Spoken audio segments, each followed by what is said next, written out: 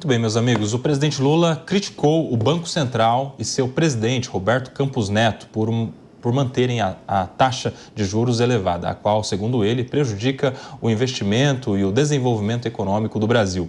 Ele acusou o Campos Neto de falta de autonomia e de agir com interesses políticos. Lula prometeu um futuro econômico promissor para o Brasil, comparável ao seu segundo mandato em 2010. E falou da criação de empregos e o crescimento da massa salarial. Além disso, afirmou que escolherá um sucessor para Campos Neto com um perfil comprometido com o crescimento e o controle da inflação, sem ceder às pressões do mercado. Como se não bastasse, o Banco Central, Lula, também reclamou da aproximação política entre Roberto Campos Neto e o governador de São Paulo, Tarcísio de Freitas, apontando uma ameaça à autonomia do Banco Central e indicativo de uma aliança para 2026. Acusou Campos Neto de agir politicamente contra o interesse nacional e ainda fez comparações a Sérgio Moro. Enquanto isso, Gleisi Hoffmann, presidente do PT, anunciou preparativos para uma ação contra Campos Neto por violar a moralidade administrativa, evidenciando um conflito crescente entre o governo e o Banco Central. Sobre esse assunto, a gente recebe agora no Linha de Frente o deputado estadual aqui em São Paulo, Tomé Abduche, que fez um evento recentemente, na última segunda-feira, da semana passada, aliás, em que ele homenageou Roberto Campos Neto e o evento justamente que reuniu Campos Neto, Tarcísio de Freitas, alguns ex-governadores, inclusive João Dória, o próprio Rodrigo Garcia, presentes lá na Assembleia Legislativa. Tomé, olha o que você está gerando aí, hein? Explica pra gente essa crítica do presidente Lula. O Roberto Campos Neto está se aproximando do Tarcísio de Freitas com viés político? E aí?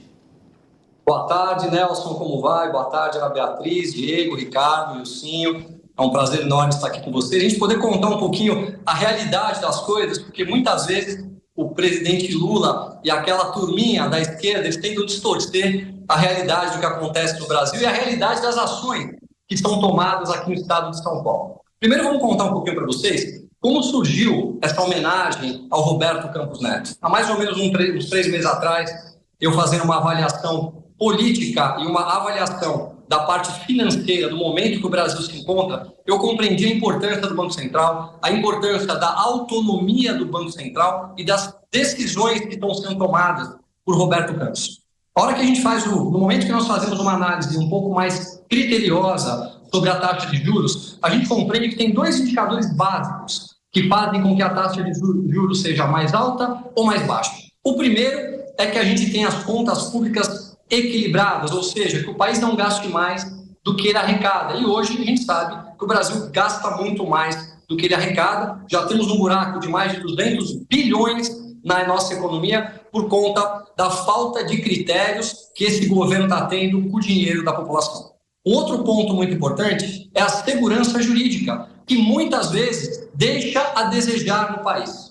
A partir do momento que não há autonomia do Banco Central, que é o que o atual governo gostaria que estivesse acontecendo, e se baixa a taxa de juros na economia, na canetada, não é necessário que esteja nenhum especialista para compreender que nós vamos ter, com certeza, um aumento da inflação, como aconteceu em outros países. Então, o trabalho do Roberto Campos é um trabalho impecável e ele está sendo, infelizmente, acusado pelas coisas que ele não faz de mal para o país. Muito pelo contrário. Se não fosse ele, eu não saberia dizer em que momento nós estaríamos hoje na área financeira do Brasil. Essa homenagem eu propus, não teve nada a ver com o governador Tarcísio de Freitas, foi uma iniciativa totalmente do meu gabinete para poder homenageá-lo. Nós preparamos um evento a qual eu tomei muito cuidado para que não se transformasse num evento político. Muitas pessoas da oposição foram convidadas pelo próprio Banco Central. Eu tive o cuidado de convidar todos os secretários, tanto do governo do estado quanto da prefeitura, e também todos os meus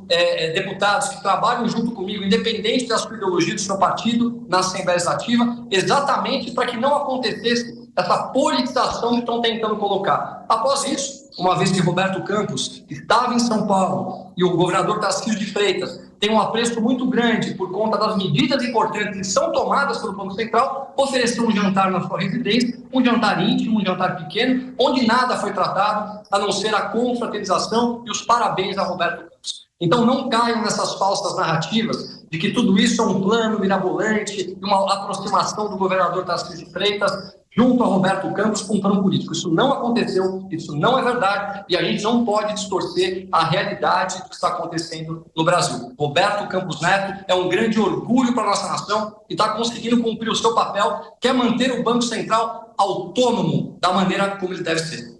Ô Tomé, nossos comentaristas aqui querem fazer perguntas. Nós vamos começar aqui com o Diego Tavares. Deputado Tomé Abduch, um grande prazer conversar com você mais uma vez, dessa vez aqui na mesa do Linha de Frente. Tomé, eu sei que você disse aí que empregou todos os esforços para que esse evento não se transformasse em um evento de cunho político. Mas eu acho que os seus esforços não deram muitos frutos, porque o que nós vimos lá foi majoritariamente, enfim, deputados da direita, políticos ligados ao campo da direita. E agora você disse também que, após o evento, teve um convescote na residência oficial do governador, que também, enfim, possivelmente, imagino eu, só foi frequentado também por pessoas do campo da direita.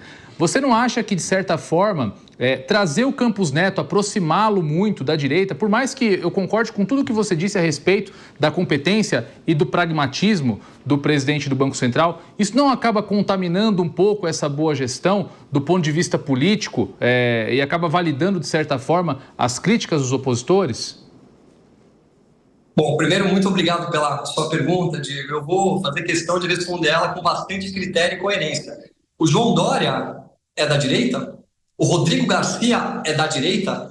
Os presidentes da grande maioria dos bancos que lá estavam, onde muitos apoiaram o presidente Lula, são da direita? Eduardo Suplicy, que subiu no palco e fez um discurso falando do trabalho que ele teve no passado com Roberto Campos, o avô de Roberto Campos Neto, é da direita?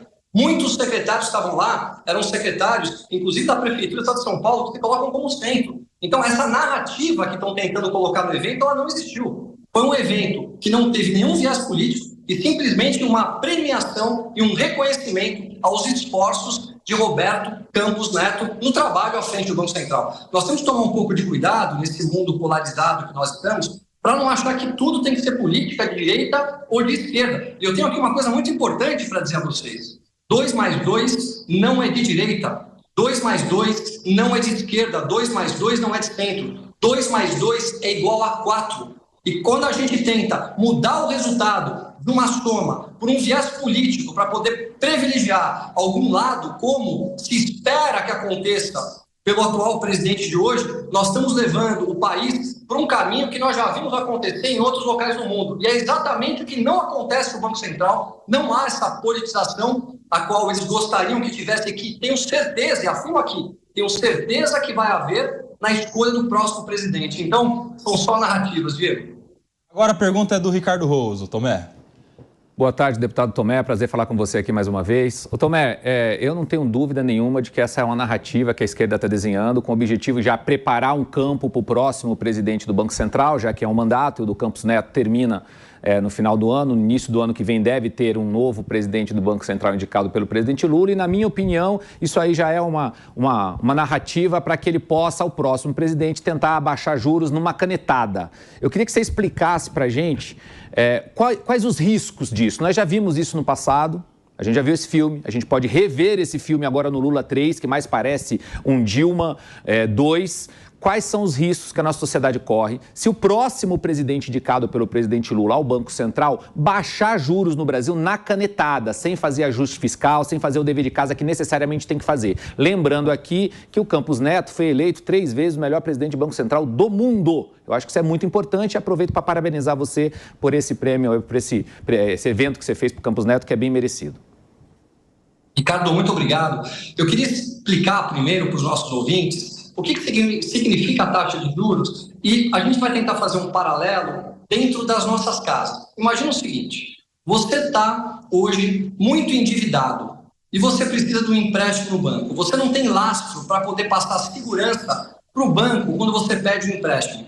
Logo, quando você vai no banco pedir um empréstimo, é claro que a sua taxa de juros vai ser mais alta. Agora imagine ao contrário, você tem um bom dinheiro guardado, você tem um bom patrimônio, mas mesmo assim você quer fazer um financiamento, você quer lá um valor para poder pagar a prestação de um carro. Uma vez que você tem um bom lastro e um dinheiro guardado, a sua taxa de juros no momento desse empréstimo, ela vai ser mais baixa. Por quê? Porque o banco se sente seguro no momento de te prestar dinheiro. O que acontece no Brasil hoje é que, infelizmente, esse déficit fiscal que nós temos hoje, ou seja, o Brasil ganha um tanto e gasta mais do que ele ganha. Existe uma discrepância muito grande. O Brasil não tem mais dinheiro guardado. Nós estamos em mais de 200 bilhões de reais endividados. Isso faz com que a taxa de juros seja mais alta. Ao mesmo tempo, a segurança jurídica no Brasil deixa muito a desejar. Esses fatores são primordiais para que a gente baixe a taxa de juros. Infelizmente, eles tentam tampar o sol com a peneira e não querem ver a realidade do que está acontecendo no Brasil. E pela incompetência deles,